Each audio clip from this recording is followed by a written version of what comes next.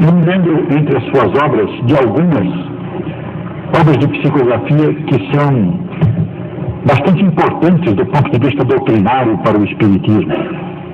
Por exemplo, Evolução em Dois Mundos. Eu me lembro que este livro foi escrito psicograficamente por você e pelo Dr. Valdo Vieira.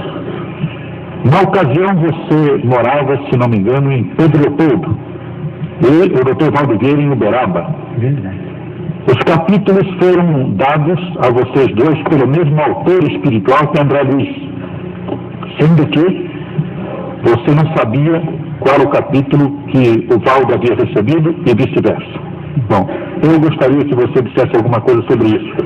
Mas queria lembrar também Mecanismos da Mediunidade, que me parece um livro dotado de tanta informação científica atual dos nossos tempos e relacionando todas as conquistas da técnica atual com os problemas mediúnicos, que eu creio que você nunca teve oportunidade de obter conhecimentos pessoalmente a respeito desses assuntos. Eu gostaria que você nos dissesse alguma coisa sobre esses dois livros. O que eu posso dizer é que eu tenho a maior dificuldade para compreender esses dois livros, porque eles são baseados numa linguagem quase que inacessível à minha capacidade de entendimento, porque eles foram recebidos nas condições em que o nosso caro amigo professor Herculano Pires menciona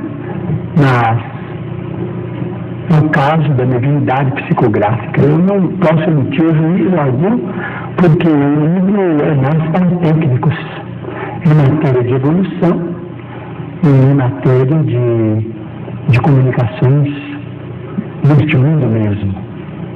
Não posso emitir julgamento nenhum, porque não estou à altura. Para isso eu precisaria ter de mim mesmo uma diplomação acadêmica, a respeito de mim eu não vou usar nenhum recurso. Com licença, eu não pediria a você julgamento.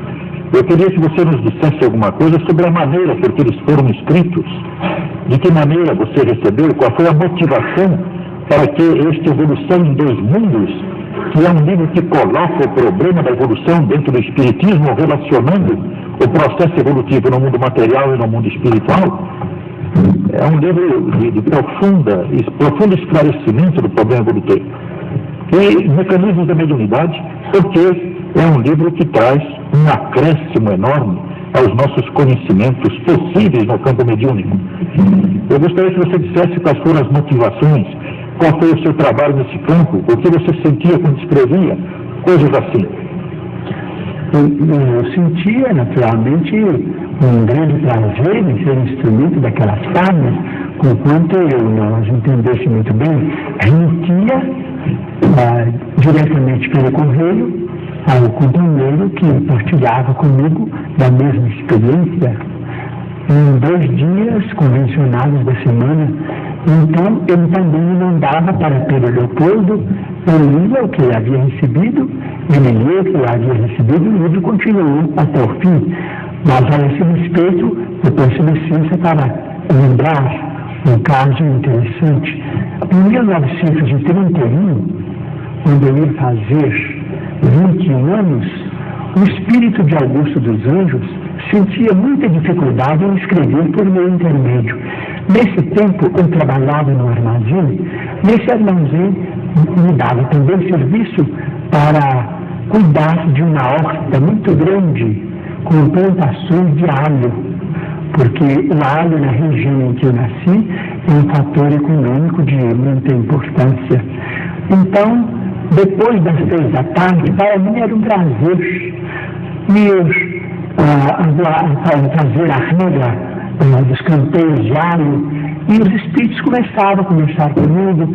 Eu achava muito prazer naquelas horas, porque eu me isolava de todo o serviço do armazém para ficar plenamente à disposição dos espíritos amigos. Então ele começou a ditar uma poesia que está no Parnaso de Alentuno, o primeiro livro da nossa mediunidade. Essa poesia se chama Vozes de uma Sombra.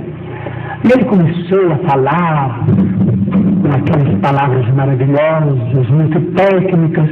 Eu, como regador, não me custava compreender E ele falava, e falava que gostava de escrever no campo, e que aquela era uma hora em que ele tinha meditar, para que eu ouvisse, para mim poder compreender na hora de escrever, que muitas vezes escrevo também como médium ouvinte.